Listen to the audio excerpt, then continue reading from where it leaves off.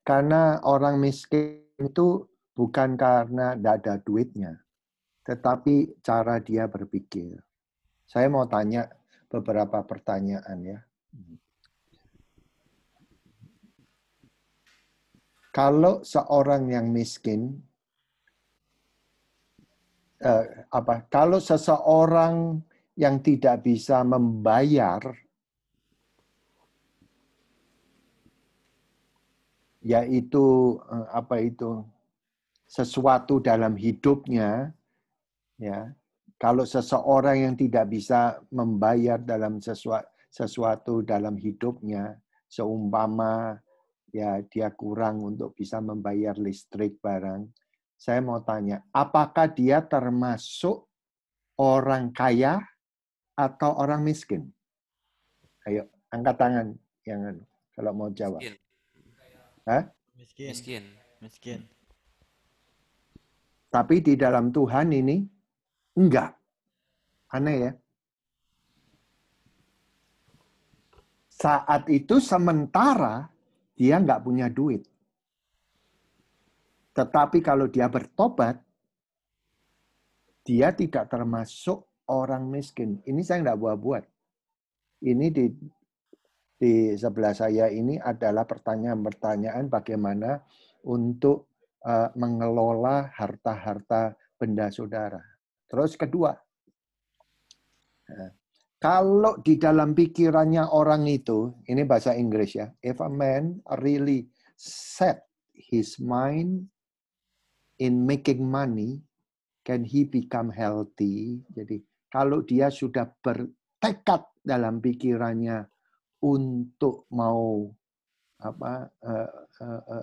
Menghasilkan uang. bekerja untuk menghasilkan uang, apakah dia sudah bisa dikatakan kaya atau belum? Belum. Belum. Belum. Belum. Benar. Benar. Karena itu mengelola itu harus ada action-nya. Kalau ketiga, kalau seseorang itu kehilangan uangnya, apakah dia termasuk dalam hukuman Tuhan karena dia melanggar firman-Nya? Itu benar atau tidak? Tidak. Jawabannya sekali lagi saya ulangi. Kalau sampai dia kehilangan keuangannya, ya, apakah dia itu termasuk dalam hukuman karena dia melanggar firman-firman Tuhan dalam hidupnya? Hal ini benar atau tidak? Tidak. Tidak. Jawabannya benar. Karena dia melanggar firman-Nya yang sudah ditetapkan. Jadi yang tadi saya ngomong, kamu nggak bisa hidup, mamanya ya, bayaran 1 juta, tetapi pengeluaran kamu 2 juta, tapi kamu anak Tuhan, kamu akan dililit sama hal-hal keuangan. Nggak bisa. Ini penting loh. Jadi saya mulai menikah ya, saya mulai dari hal yang kecil. Terus bertambah. Di sekitar saya diberkati, ya firman Tuhan ngomong, jauhkanlah aku ya, ini betul-betul yang berbicara dalam hidup saya, kami. Jauhkanlah aku dari kekayaan dan kemiskinan, tetapi biarlah aku menikmati apa yang jadi bagian saya. Di sekitar saya, orang yang naik Mercedes banyak. Tapi tidak jadi masalah bagi saya. Sehingga saya tidak melanggar firman, jadi saya harus mengkontrol emosi saya. Saya bukan kikir, tidak. Tapi harus disesuaikan. Nah, kalau banyak masalah di akhir zaman ini, lihat tetangga, lihat teman saudara, terus ada pressure, ada tekanan sosial, wah nggak usah mobil, handphone aja. Lihat beberapa orang sampai teman-teman saya bilang begini, Pastor, waktu dulu ya, ini, wah, ini aku dapat potongan nih visa. Ayo kita makan sama-sama. Kalau pakai visa ini baru dapat potongan 10%. Saya tanya, berapa visa kamu punya? 12. Hah? Ya sudah pasti dia dililit sama utang. Saudara, untuk kalau utang dengan visa, itu bunganya, kalau sudah tidak bayar lunas, 15% sampai 20%. Nah, kayak gini-gini, ini manajer. Ada orang yang pamerin, wah aku punya, ya menurut saya karena dia nggak mengerti bagaimana menjadi manajernya. Saudaraku, tambah sedikit punya visa, kartu, tambah sehat keuangan kamu.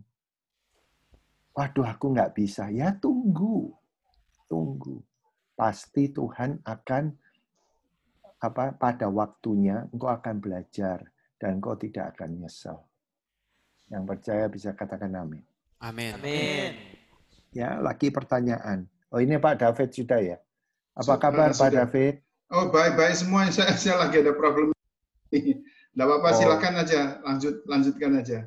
Ya, saya mau soal keuangan supaya mereka bisa dalam hidupnya bisa sukses. Bagus. Saya sudah dengar sih. Ya, oke. Saya pertanyaan yang keempat bagi saudara semuanya ya.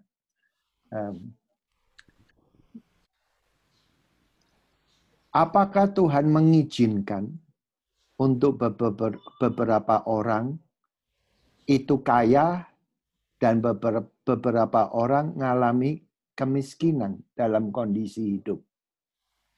Jawabannya ya atau tidak. Saya ulangi. Ya. Iya. Ya. Jawabannya iya.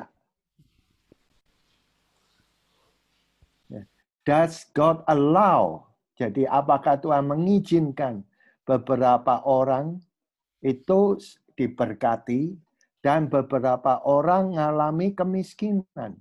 Kan Tuhan Yesus ngomong, kemiskinan selalu akan ada di tengah-tengah kamu. Nah itu bukan karena Tuhan yang kasih. Bukan. Tapi karena akibat yang tadi saya ngomong minggu yang lalu, tidak ada hidup itu takdir. Tapi ya kalau dianya malas, terus kalau dia kedua menunda-nunda waktu untuk kerja, waktunya kerja, tapi dia tunda karena ya malas begitu. Nah, terus ya hidupnya akan menjadi satu kemiskinan. Terus ketiga firman, kalau dia main cewek. Betul itu firman Tuhan. Untuk perempuan, siapa perempuan yang mau dibuat mainan hidupnya tanpa dikasih sesuatu? Tidak ada, Pak. Terus keempat, kalau dia mencuri. Nah, itu semua itu adalah akibat-akibat. Ini kenyataan. Jadi tidak ada soal takdir gitu, itu nggak ada. Soal menabur yang salah, wah itu akan mengakibatkan ya sesuatu untuk masa depan. Jadi Tuhan itu mengizinkan ya karena supaya kalau mengalami sesuatu itu adalah satu ujian. Kalau sampai ngalami betul-betul, dia nggak mau ngalami sesuatu yang negatif, tapi kalau ngalami, ya itu satu mungkin pelajaran buat dia. Terus ya kalau sampai saudara sudah betul-betul bisa menuai, ya itu satu berkat yang mengalir. Terus saya tambahin lagi kelima. Apakah Tuhan menentukan untuk seseorang itu selalu miskin? Dan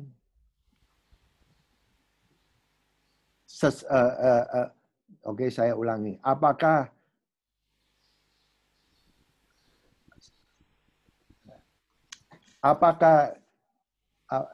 orang ditentukan untuk selalu miskin dan ditentukan juga orang itu akan kaya? Jawabannya benar atau tidak? Tidak. Tidak. Ya, bagus. Nomor 6. Apakah pemerintah, program dari pemerintah bisa membantu untuk memberantas kemiskinan? Tidak. Tidak. Bisa. Tidak. Nggak bisa.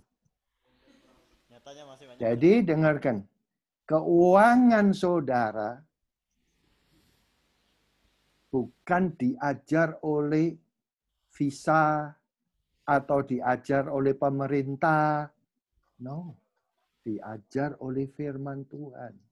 Bagaimana kamu handling. Ini baru pertanyaan aja. Nanti baru firmannya ya. Terus ayat yang pertanyaan ke-7 ini saya susun semua.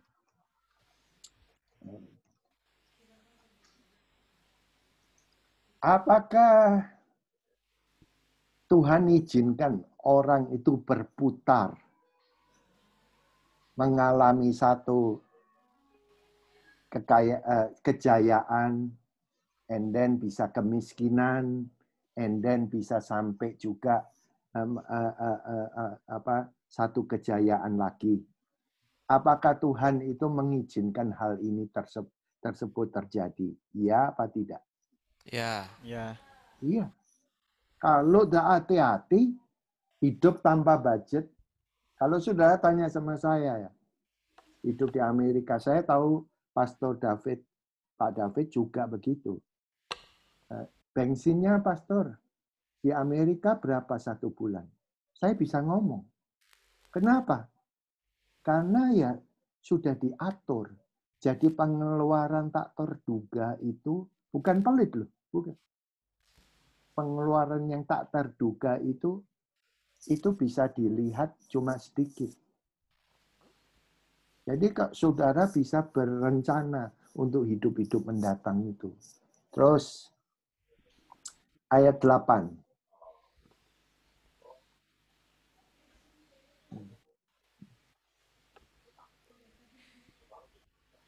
Apakah Tuhan akan memberikan hukuman kepada orang-orang yang mengambil keuntungan dari orang yang miskin? Ya. Ya atau ya. Kalau kamu memberkati orang yang miskin, kamu memiutangi Tuhan. Jadi itu dari dalam hati ya. Jadi dari dalam hati. Jadi kalau kamu itu lihat orang nggak punya, kamu kasih, itu nggak usah khawatir. Kamu memiutangi Tuhan. Oke, saya mau bisa siapa yang memimpin untuk doa, saya mau masuk dalam firman. Ya, mari kita berdoa. Bapa dalam surga, terima kasih Tuhan. Kami mau mulai pelajaran kami Tuhan dengan Pak Fendi. Biar Engkau urapi ya Tuhan pelajaran ini dari awal sampai akhir. Biar apa yang disampaikan Pak Fendi kami boleh mengerti dan kami bisa melakukannya ya Tuhan dalam hidup kami. Terima kasih ya Tuhan. Kau pimpin dari awal sampai akhir di dalam nama Tuhan Yesus. Amin. Ya, senang bisa kumpul lagi ya. Dan saya teruskan ini soal-soal yang penting. Apalagi saudara masih muda. Mari katakan dari dalam hati saudara. Jadi supaya ada satu keyakinan. Karena saudara ini akan memberitakan hal-hal yang sensitif, yang mana saudara sebagai hamba Tuhan, saudara harus siap. Jangan sampai ngambang. Mari kita katakan sama-sama. 3, 2, 1. Tiada penyesalan akan Injil Kerajaan. Ya, kalau bahasa Inggrisnya ini ya, kalau saya kan nulisnya ini title-nya pakai bahasa Inggris ya. Do not apologize. Jangan kamu say sorry kalau memberitakan firman. Jadi kalau soal hal-hal yang sensitif jangan sampai aduh kenapa ya aku tadi berbicara soal itu. Ya. Karena saudara dipersiapkan untuk menjadi mediatornya Allah dan manusia. Apa itu, saudaraku, yang saudara harus lakukan? Dalam segala situasi, apapun, saudara itu punya empathy itu satu belas kasihan, tetapi kamu juga hatinya harus teguh. Kamu tidak boleh kelihatannya pada waktu orang itu betul-betul mengalami satu kesusahan, and then dalam empathy saudara, dalam belas kasihan, kamu tawar-menawar dengan prinsip Tuhan. Mungkin orang tersebut mengalami kesusahan karena dia harus bangkit, melanggar firman Tuhan. Mengerti enggak yang saya maksud ini? Mengerti, Pak. Nah, mungkin waktunya dia bertobat. Jadi saudara, meskipun saudara menghadapi dia itu dalam keadaan yang susah, nangis. Wah, kadangkala ya saudaraku, melayani dalam situasi seperti ini tidak mudah. Tapi kalau kamu pegang dengan suara dan hati yang ada kasih, kamu bisa memenangkan dia dalam segala situasi. Jadi do not apology. Jangan sampai kamu itu, oh sorry ya, sorry. Enggak begitu, Pak. Enggak. Dan karena saudara akan berbicara dalam hal perkawinan. Kamu nanti ditanya, Pak, kalau nonton film, blue film boleh enggak? Kami sudah menikah. Oh, saya ditanya begitu. Nah, saudara harus teguh tuh di situ. Pak, kalau sampai saya sudah menikah, tahu-tahu kembali kepada kebiasaan saya yang dulu, saya juga bisa ACDC. Laki bisa, perempuan bisa. Saya ditanya begitu. Saudara harus bisa jawab dengan baik. No apology. Do not apology. Jadi jangan sampai saudara, aduh, kenapa ya aku ngomong begini, and then dia keluar. Dia nggak mau ikut gereja lagi. Nah, saudara tidak salah karena saudara memberitakan kebenaran. Saudara jangan jangan nulis. Nanti saya bagikan. Ya, soal kekudusan. Nih, saya minta jangan sampai saudara waktu memberitakan kekudusan, saudara itu sepertinya menghakimi. Jangan. Katakan bahwa memang Tuhan itu kudus. Kalau sampai jatuh, ya kita minta darahnya Tuhan Yesus.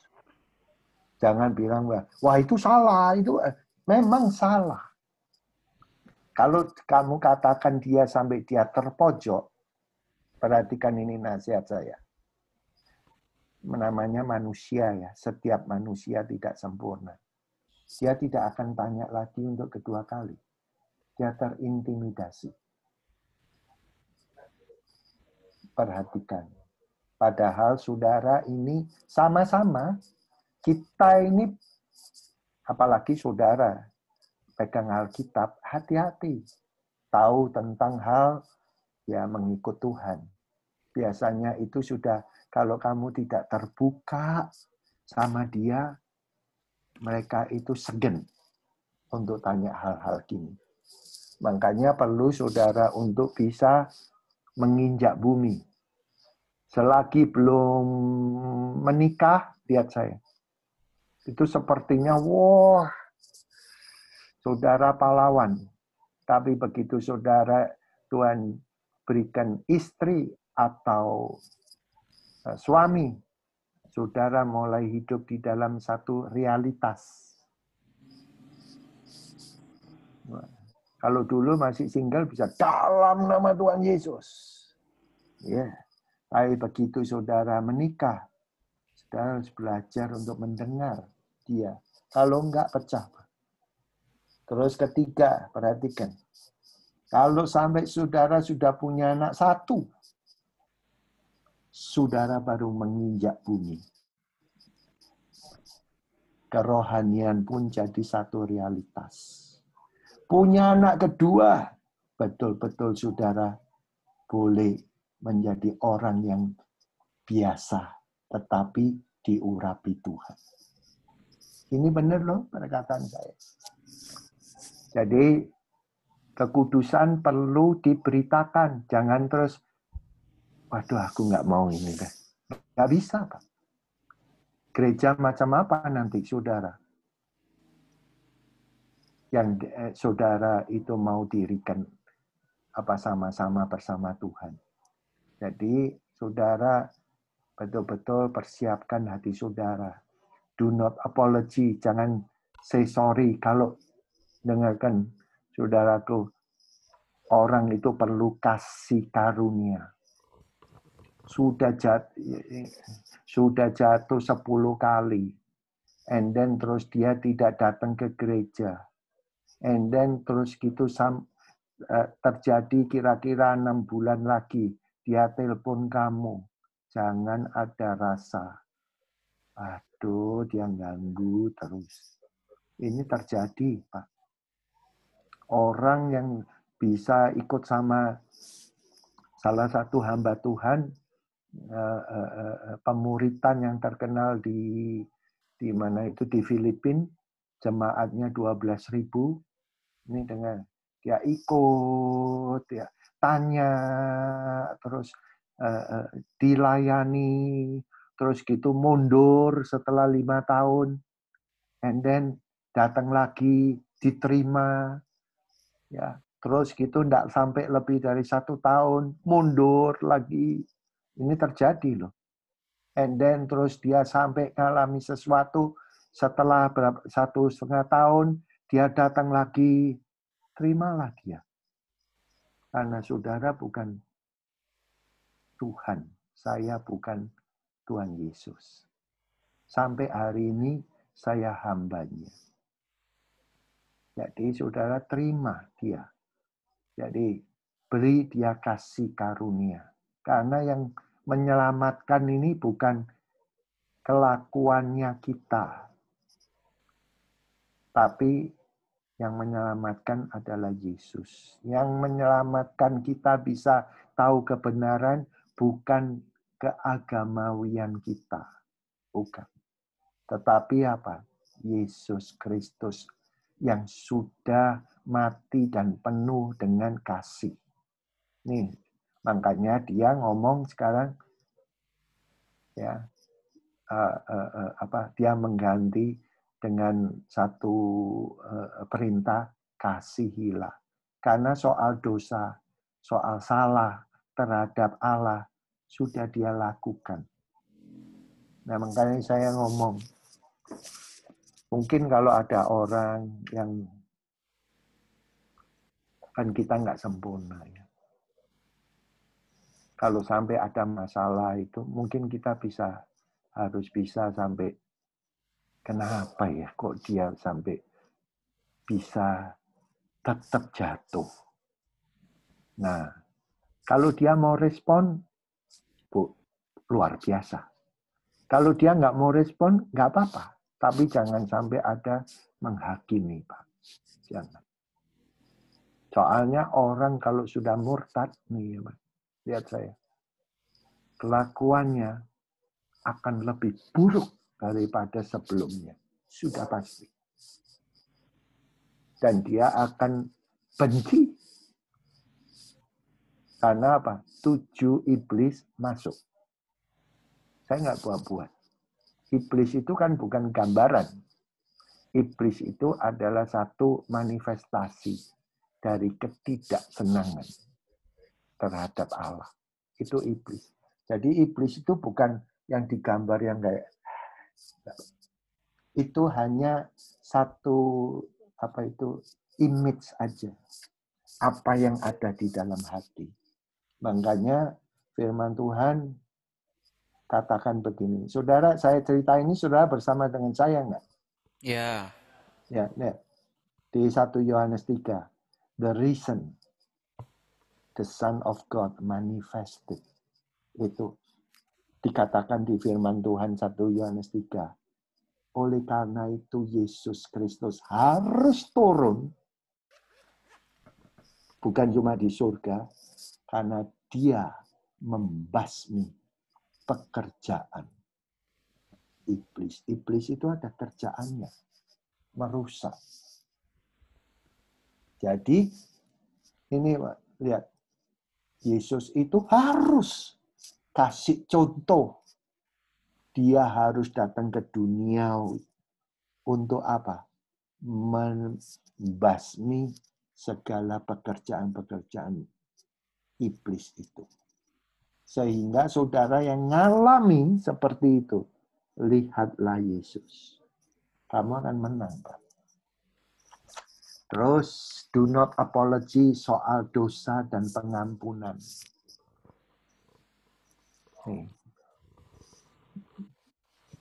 Berapa kali saudara harus ngampuni kalau ada seseorang yang nyakiti saudara?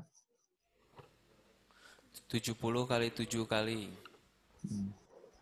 Menurut saudara itu matematik atau gaya hidup yang seharusnya terjadi dalam hidup saudara? Gaya hidup. Gaya hidup. Saya lihat aja, ini saudara tinggal kayak begini. Soal masak, soal cuci piring, soal bersih-bersih.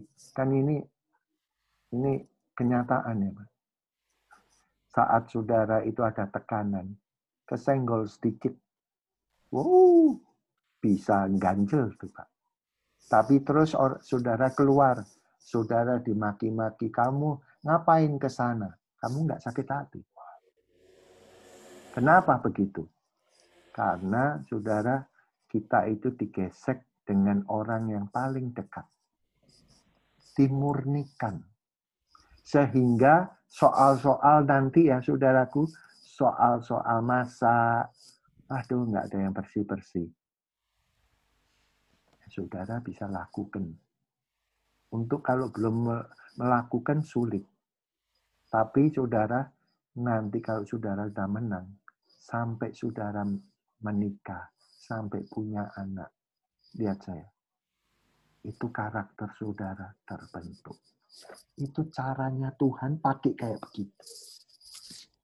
Supaya apa saudaraku? Ya, kamu mempunyai karakter yang ilahi. Karena berurusan dengan orang. Ya, terus soal keuangan. Uang dan keuangan. Uang itu money, keuangan itu finance. Dan soal harta milik saudara. Ini, lihat saudaraku. Ayo, baca nomor 1. Tiada penyesalan. Tiada penyesalan, ajarkan soal uang dan keuangan. Ya. Wow. Siapa yang mau diberkati bisa angkat tangan. Lihat ya, ini saya nggak buat-buat. Soal doa, 500 ayat. Tetapi soal uang, kepunyaan dan keuangan, 2000, Pak. Ini Tuhan Yesus. Kalau sampai 2000, saya mau tanya, apakah itu penting atau tidak? Penting. Sangat penting. Sangat penting.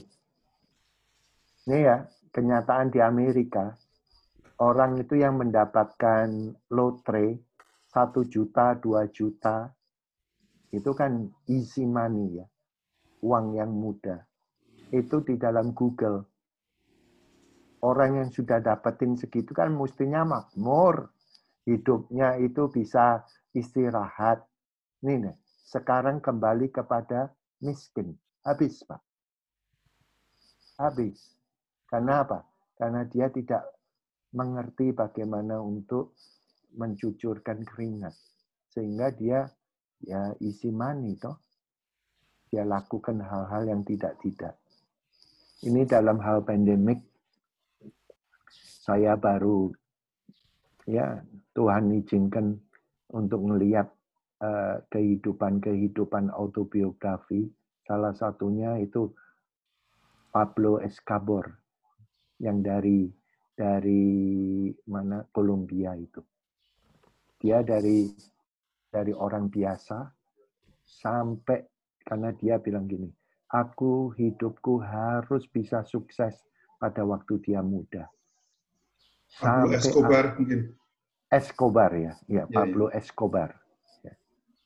Itu saya lihat, ini orang ini gimana ya. Saya udah tahu ceritanya, tapi belum tahu autobiografinya. Saudara tahu dia hidupnya itu, uang tidak ada harganya buat dia. Uang itu kayak di lemari semua. Dan dia dapatnya dari mana? Dari membunuh orang itu kayak membunuh binatang. Sampai pada akhirnya dia itu kesepian, sendiri, anaknya tidak bisa sekolah. Kenapa? Ditolak karena namanya dia adalah penjahat kaliber nasional internasional, pembuat huru-hara, dan ditolak di mana-mana, bukan dirinya, sampai anaknya, dan akhirnya dia yang mengikut dia itu menjadi pengkhianat, sehingga hidupnya dia lebih buruk daripada waktu dia itu muda. Pak. Karena apa? Yaitu serakah. Perhatikan, saya mau supaya saudara hal seperti ini jadikan satu pelajaran soal uang dan keuangan. Ini ditulis 2000 ayat. Tidak main-main. Yang saya ngomong itu yang soal perumpamaan. Perumpamaan itu ada 38 perumpamaan Yesus. 16 soal keuangan dan soal harta milik. Mari tolong bacakan Matius 16 ayat 24. Tolong, Pak. Yang cepat.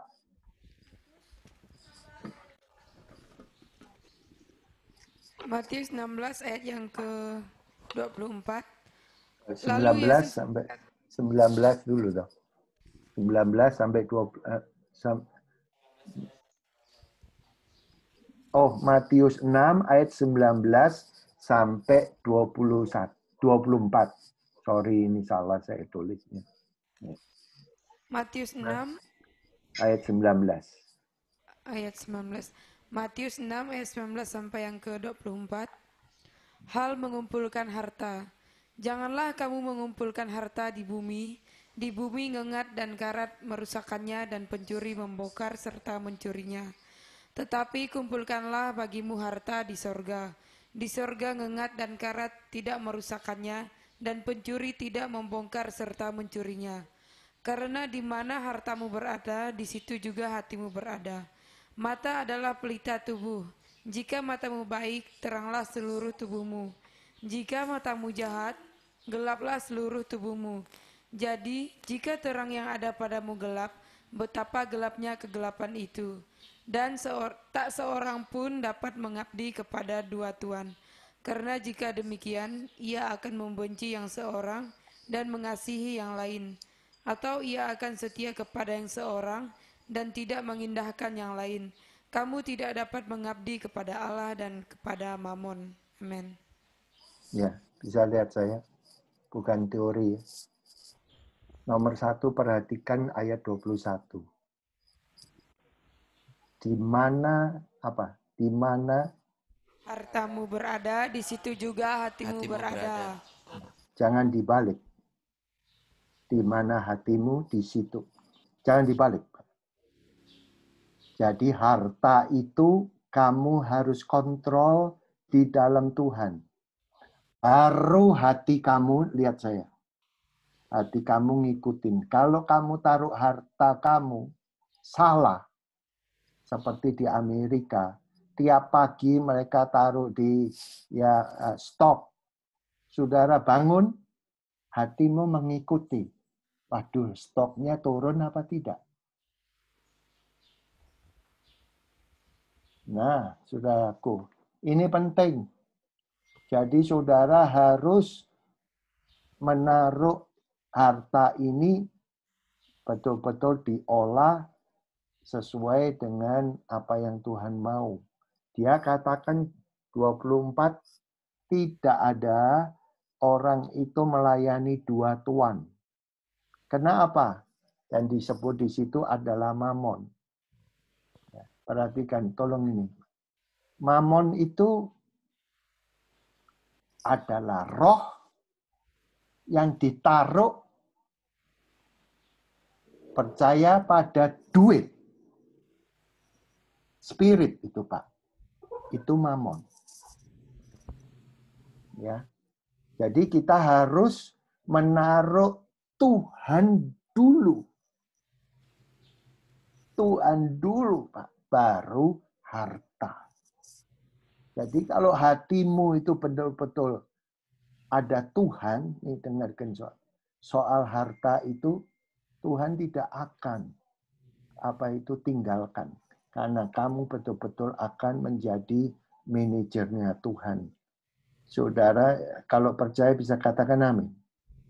Amin. Kenapa begitu? Mamon itu adalah roh yang ditaruh pada kepercayaan pada duit. Saudara harus tahu, spirit mamon itu berbicara soal security. Kalau punya uang itu banyak, saudara merasa aman. Itu spiritnya mamon. Makanya saudaraku, hati-hati. Nanti antikristus itu mengkontrol, perhatikan, yaitu dengan mamon. Kenapa? Karena dia akan mengkontrol dan rule itu apa ya? Mengatur semuanya untuk bergantung pada uang tersebut. Tidak pada Tuhan. That is itu mamon. Jadi saya mau supaya saudara taruhlah hati kamu dulu, baru harta itu akan mengikuti. Jangan dibalik. Kalau kamu taruh, nih dengarkan, hatimu salah, nggak tahu bagaimana untuk mengatur keuangan, wow, nanti akan berantakan. Yang mengerti bisa katakan amin. Amin. Apalagi kayak saudara gini ya, lihat saya. Saat ini pun kan sudah diatur. Tinggal kamu nanti mengelola, mengembangkan. Saat ini loh, kamu di Bisom. Kamu tidak akan ditinggal. Tapi nanti kamu setapak demi setapak akan dilengkapi sama Tuhan. Tapi jangan sampai mamon itu izinkan cuma liwat tangan kamu aja. Liwat, Pak, dipakai. Jangan sampai hati kamu itu terhadap mamon. Pelayanan terhadap mamon. Nanti mau melayani, lihat saya. Nanti melayani terhadap, ya itu, dikalkulasi dengan mamon. Jangan. Karena kamu ini masih muda dan berkembang, bangunlah integritas kamu di dalam Tuhan. Nanti Tuhan akan memberkati saudara. Jadi waspada terhadap antikristus. Kenapa begitu? Karena itu ada rohnya yang menggantikan, lihat, hari Sunday, hari Minggu. Hari Minggu sekarang mereka kerja loh, Pak. Banyak. Ya, saya kan buka gereja di Jepang. Terus itu mereka kalau hari Minggu kan jas-jasan. Waktu itu saya tanya sama orang Jepang, kenapa hari Minggu kok nggak ada, kok jarang orang Jepang itu mau ke gereja? Jawabannya itu sangat telak dan membuat saya itu kaget. Kamu tahu mereka jawab apa? Kerja. Jawabannya begini. Karena Tuhan kita bukan Yesus. Wow. Makanya mereka kerja. Dan itu jawaban mereka benar. Karena kekristenan nggak ada itu, Pak. Di Jepang. Jadi hari Minggu mereka kerja ya seperti kayak hari biasa, hari Senin. Wah, itu jawaban itu membuat saya kaget tuh, Pak. Wah, ini negara ini benar-benar harus bertobat. Saudara naik kereta api. Ya, kereta apinya datang terlambat. Saya nggak buat-buat barusan ini. Saudara tahu terlambat berapa? 20 detik. Itu stasiun kepalanya minta maaf. Minta maaf ya. Kalau kereta kami delay yaitu 20 second. Mereka itu perfeksionis, hampir sama kayak Tuhan. Semuanya perfect, cuma satu langkah. Apakah mereka percaya Tuhan atau enggak? That's it, Pak. Makanya orang kalau merasa salah, langsung mereka bunuh diri. Kenapa? Sepertinya tidak ada jawaban lain lagi. Nah, itu roh-roh kayak begitu bahaya. Sekarang ini banyak generasi muda tahu konsep untuk menyelesaikan sesuatu, begitu mereka harus melakukan proses, mereka nggak kuat, banyak yang bunuh diri. Pak David, ya, saudara tahu apa yang terjadi 2 minggu yang lalu? Seorang hamba Tuhan lagi di New York cerai. Dan dia seorang anak muda. Dari Hillsong, bukan? Iya. Oh iya. Dan dia punya hubungan sama seorang perempuan. Dia tidak pernah menyebut nama last name-nya. Kalau ditanya, kamu kerja apa? Oh, aku menolong selebriti. Padahal dia pastor. Pastor dari gereja yang besar. Dia tahu bahwa perempuannya tahu kalau dia sudah married, tapi dia tidak pernah ngomong bahwa dia seorang pastor.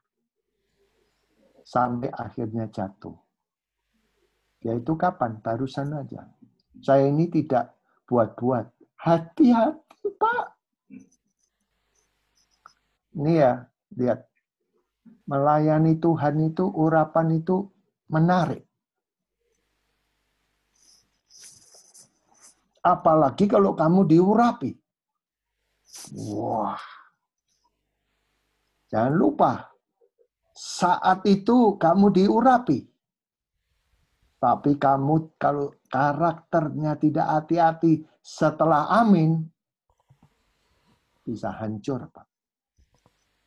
Banyak teman-teman saya, permulaan itu luar biasa. Khotbahnya, bahasanya, gayanya, wah, sangat menarik. Penampilannya menarik. Nih, saudaraku, dia datang kayak ke rumah, kayak saudara. Nggak ada apa-apa itu. Di sini ada gitar nggak? Diambil tuh Pak gitar. Dia pergi ke rumah, nggak ada gitar, ada piano. Tanpa dia omong, dia udah main piano sendiri. Dia nyanyi. Wah, nggak ada gitar, nggak ada piano, langsung ada podium. Dia di Amerika, ini orang Indonesia, Pak. Langsung dia naik, memberitakan Injil. Wow. Tapi begitu soal perempuan, lemah. Diurapi, tapi belum selesai dalam masa dia dipakai Tuhan yang sampai internasional. Di nasional sudah tahu semua. That's it, ditolak. Karena apa? background daripada karakternya. Hati-hati. Urapan itu selalu menarik. Kayak saudara masih muda, yang tadi saya ngomong, ganteng-ganteng, perempuan-perempuan, ini cantik-cantik, jaga sampai kamu betul-betul hidup, berikan hidupmu, tubuhmu hanya pada suami dan istri kamu yang kamu cintai. Yang percaya bisa katakan amin. Amin. Amin. Ya, kedua, ya. Pak Fendi, Ya. saya mau nanggapi sedikit ya. Itu ada salah satu dari guru yang mengajar di BISOM ini mengatakan bahwa bagi orang-orang yang diurapi, yang pintar nyanyi, pintar khotbah dan sebagainya itu wanita-wanita itu, perempuan-perempuan itu bersedia untuk memberikan tubuhnya untuk bisa dekat dengan pendeta-pendeta, hamba-hamba Tuhan. Itu jadi bagi mereka itu wanita-wanita di dalam gereja itu kepingin kalau bisa memberikan tubuhnya ya kepada hamba-hamba Tuhan itu yang diberkati, yang diurapi. Luar biasa sih. Jadi mereka tidak akan segan-segan itu untuk berhubungan dengan pendeta-pendeta itu. Ya. Kalau nggak ya kita bisa jatuh sih. Benar. Ya itu memang ada pengajaran-pengajaran yang sesat yang dari Yesaya itu dan 7 perempuan berani mengambil aib 7 perempuan untuk betul-betul menggantikan itu. Jadi memberikan tubuhnya. Ya saudara ingat ya, the purity, kemurnian. Ya mungkin kalau masih muda darahnya itu gampang panas. Tetapi saudara harus memikirkan ya kepuasan sebegitu cuma berapa menit nanti membawa dampak seluruh hidupmu. Itu tidak ada hal yang gratis. Semua itu ada semua pelanggaran itu kita harus bayar. Jangan. Ya, lebih baik dengarkan saudaraku yang tadi saya ngomong. Tunggu kamu sama istri dan suami. Nanti kalaupun kamu sudah menikah, lihat saya, ada gangguan, jawabannya di mana? Jawabannya juga terhadap hubungan dengan istri. Benar, Pak. Kalau kamu hubunganmu, ya lihat saya. Doa ya, yang Yesus ngomong itu hubungan dengan Tuhan itu bukan soal ngomong. Doa untuk bersama dengan aku menjadi satu itu, jadi dalam doa itu kamu bisa yada, lihat saya. Bisa ngerti. Nah ini sama dengan hubungan suami istri. Kalau kamu pas suaminya itu buta, istri kamu bisa tahu, Pak. Wah, kamu ada sesuatu, mikirin. Karena kamu ini roh, jiwa, dan tubuh jadi satu. Kalau kamu berdua ini baik, tidak akan ada orang ketiga. Benar. Karena kalau ada orang ketiga kan, saudaraku, sudah married kan hatinya tidak bisa tenang. Aku ini salah. Tapi kalau kamu sudah menikah kan firman Tuhan, ya, aku ciptakan engkau laki-laki dan perempuan, enggak langsung menikah. Diberkati, yang saya ngomong pernah. Tunggu dulu berkat Tuhan. And then baru ada firman, beranak cuculah. Disitulah, saudaraku, mereka itu berhubungan. Sehingga mereka tidak merasa salah. Jadi, waduh berkat.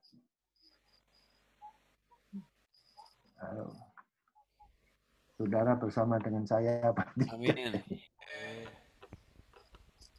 Ya.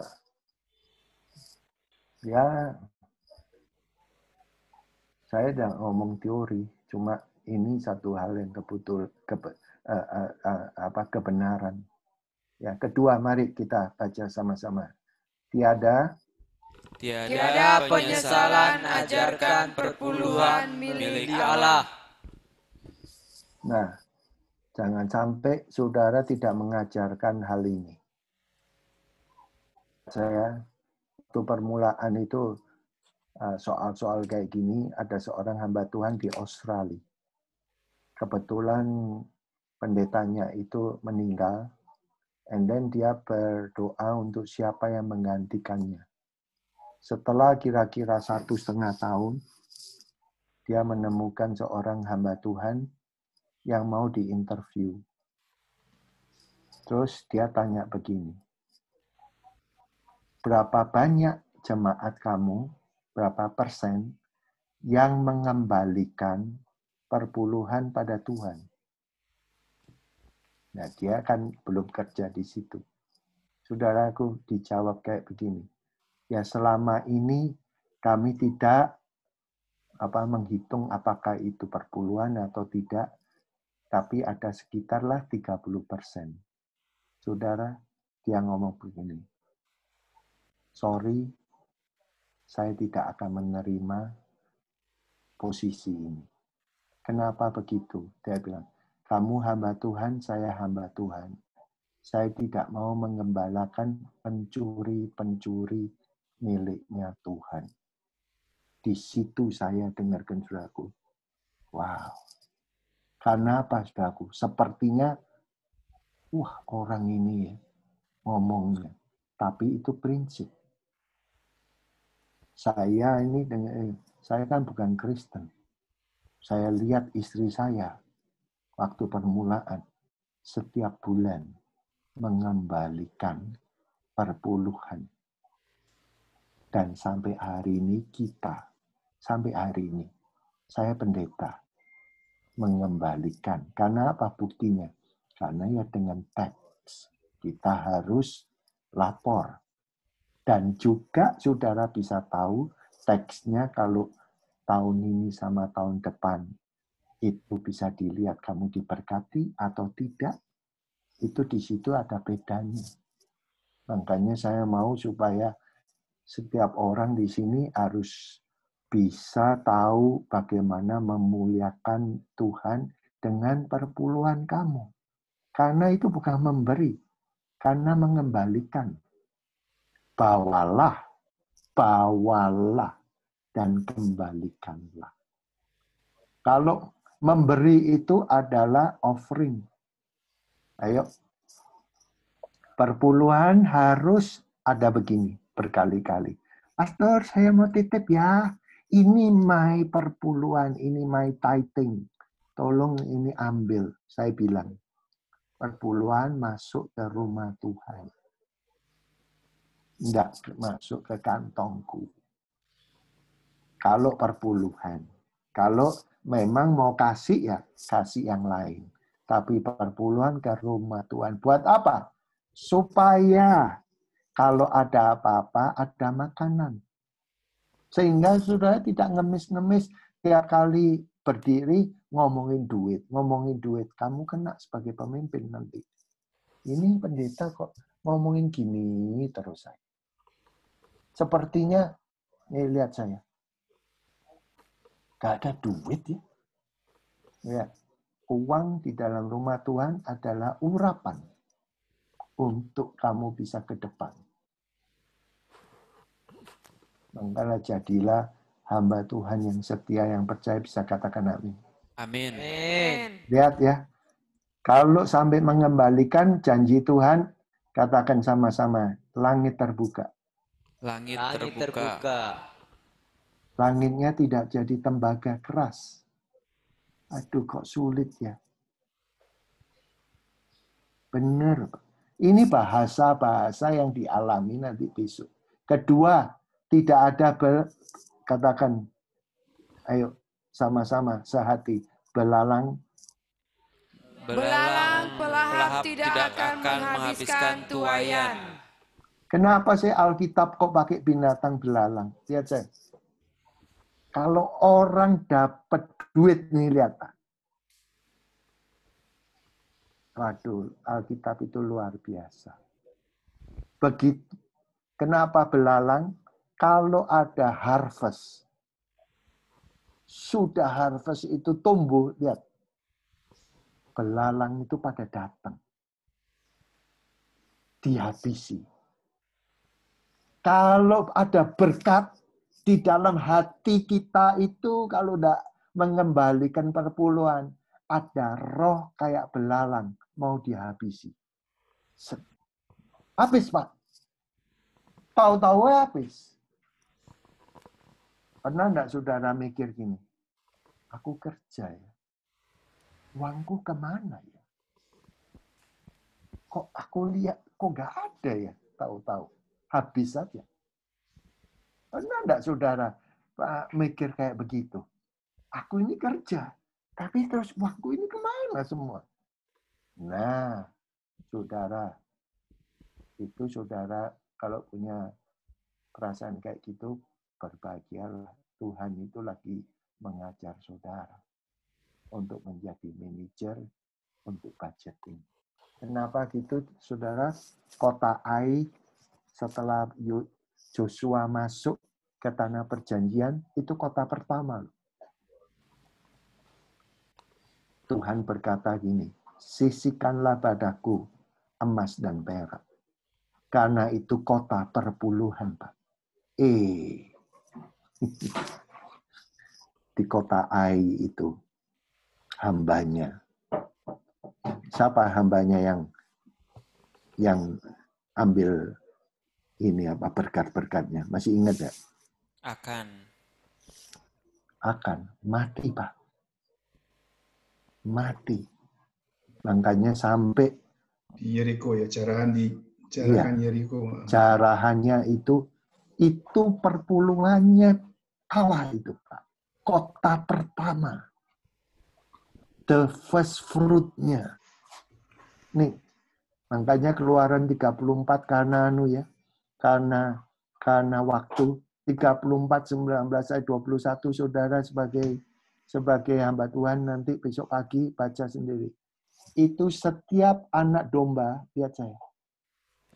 Pertama harus disisihkan. Terus dihitung 2, 3, 4, 5, 6, 7, 8, 9, 10, 11 pertama lagi. Disisihkan yang terbaik. Kalau bukan domba yang terbaik, umpamanya keledai, patahkanlah dia kakinya. Saudara, Yesus itu yang pertama. He is a God's type. Wow. Makanya saya mau supaya saudara diberkati. Saya kan nggak minta duitnya saudara. Tetapi ini saya ngajar miliknya Tuhan. Kembalikan. Orang yang nggak kelihatan Tuhannya, tetapi prinsipnya itu sudah hidup. Abraham tidak usah, lihat saya, punya anak ke-10, and then dia tithe. Anak pertamanya, give it to me. Anak pertamanya, Pak. Wah. Sekali lagi, saudara mau diberkati Tuhan. Amin. Jangan takut sama mamon. Karena yang panggil saudara bukan, ya Tuhan pakai Pak David, Pak Jonathan, tapi yang panggil saudara ini Tuhan. Nah, miliknya dia kembalikan. Nanti saudara akan diberkati dengan luar biasa. Ada amin. Amin. Terakhir, ayo. 3, 1, 2, 3. Tiada penyesalan, ajarkan untuk memberi. Mari kita buka Lukas 6 ayat 37.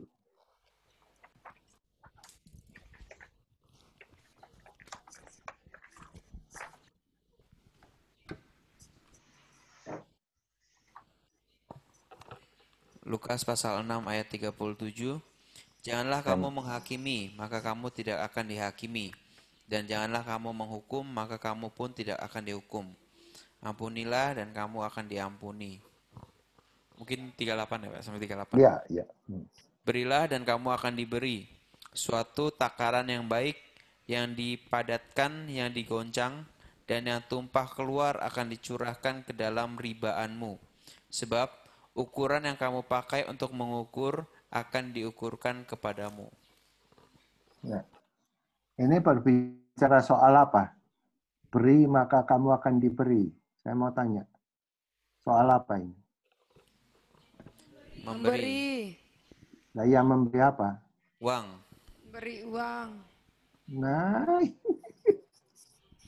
tidak ada disebut uang loh. Tidak ada.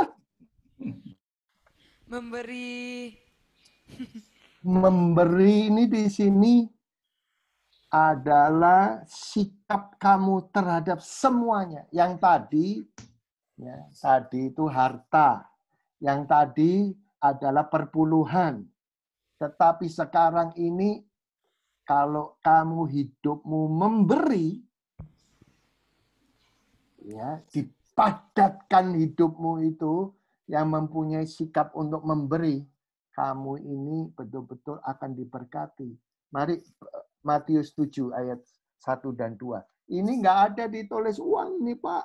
Makanya nggak boleh, saudara sudah diajar sama Pastor Denny, semua. Kalau nggak ada uang, nggak boleh ada iluminasi. Ini soal duit. Nggak boleh. Ayo tolong Matius 7 ayat 1 dan. Ayat 1 dan 2. Hal menghakimi. Jangan kamu menghakimi supaya kamu tidak dihakimi.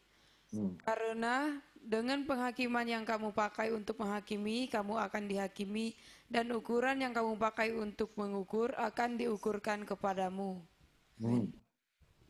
Terus ayat 2. Sudah? Udah Pak. Karena dengan Ya. Teruskan. Karena dengan penghakiman yang kamu pakai untuk menghakimi, kamu akan dihakimi. Dan ukuran yang kamu pakai untuk mengukur akan diukurkan kepadamu.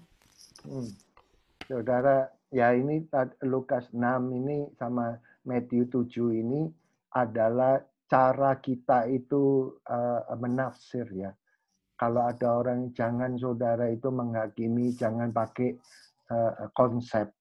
Jadi saudara di sini saya tidak berbicara soal keuangan, tapi ini berbicara dengan hati untuk memberi. Kalau saudara betul-betul hatinya saudara itu memberi, mempunyai hati yang rela, murah hati, ya, saudara tidak usah khawatir. Apa yang saudara berikan, baik berupa ya sikap, berupa pujian, berupa untuk pengucapan syukur kepada orang. Lihat saya sampai hari ini dalam masa-masa pandemik, tahu-tahu ada orang yang ngedrop makanan.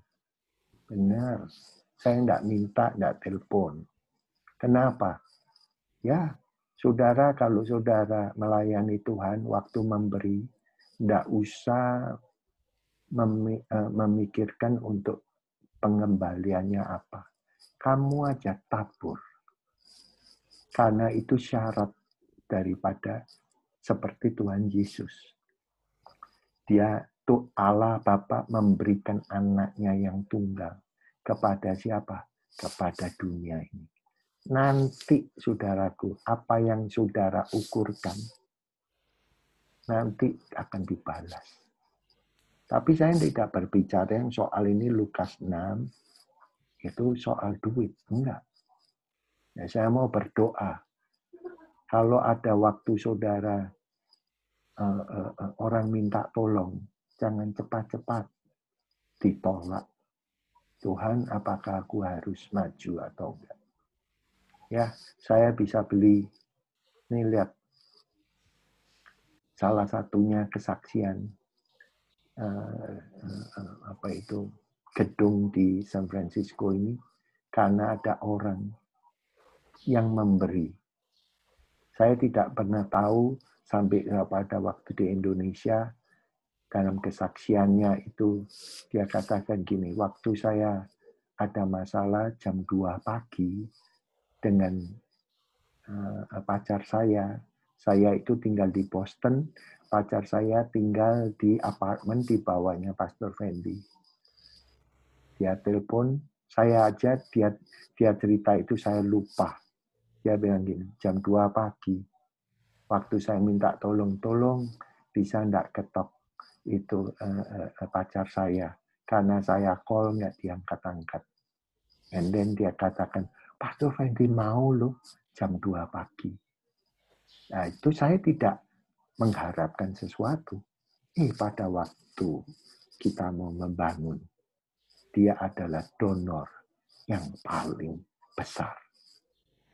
Nah, saudaraku, beri, maka kamu akan diberi. Yang percaya bisa katakan amin. Amin. Bapak, aku berdoa terima kasih untuk waktu yang indah ini. Bukan berbincang-bincang, tetapi yaitu prinsip kerajaan-Mu Tuhan, kerajaan Allah. Boleh terjadi pada setiap kehidupan anak-anak-Mu di Bisom. Urapi mereka, sehingga mereka tidak malu, tidak usah say sorry, berbicara soal hal-hal yang sensitif, tetapi Tuhan berporos pada kerajaan-Mu. Message ini berporos pada kerajaan-Mu Tuhan Yesus. Berita soal kerajaan-Mu, soal perkawinan, soal kekudusan, soal keuangan. Bahkan Tuhan Yesus hal-hal mendatang yang sensitif. Beri mereka pengurapan. Jangan sampai mereka takut pada mamon, tetapi Tuhan Yesus, mereka cuma satu dalam hidupnya. Mereka boleh takut pada hanya Engkau saja. Berkati mereka dalam nama Tuhan Yesus. Yang percaya bisa katakan sama-sama. 3, 2, 1. Amin. Amin. Amin. Terima kasih Pastor Fendi. Terima kasih. Terima kasih. Ya, sama-sama. Terima kasih. Pak Jonathan ya. Terima kasih. Saya keluar dulu ya, karena saya mencoba untuk memperbaiki untuk sesi berikutnya. Ya, saya. Oke. God bless you semua. Bye. Bye. Bye-bye.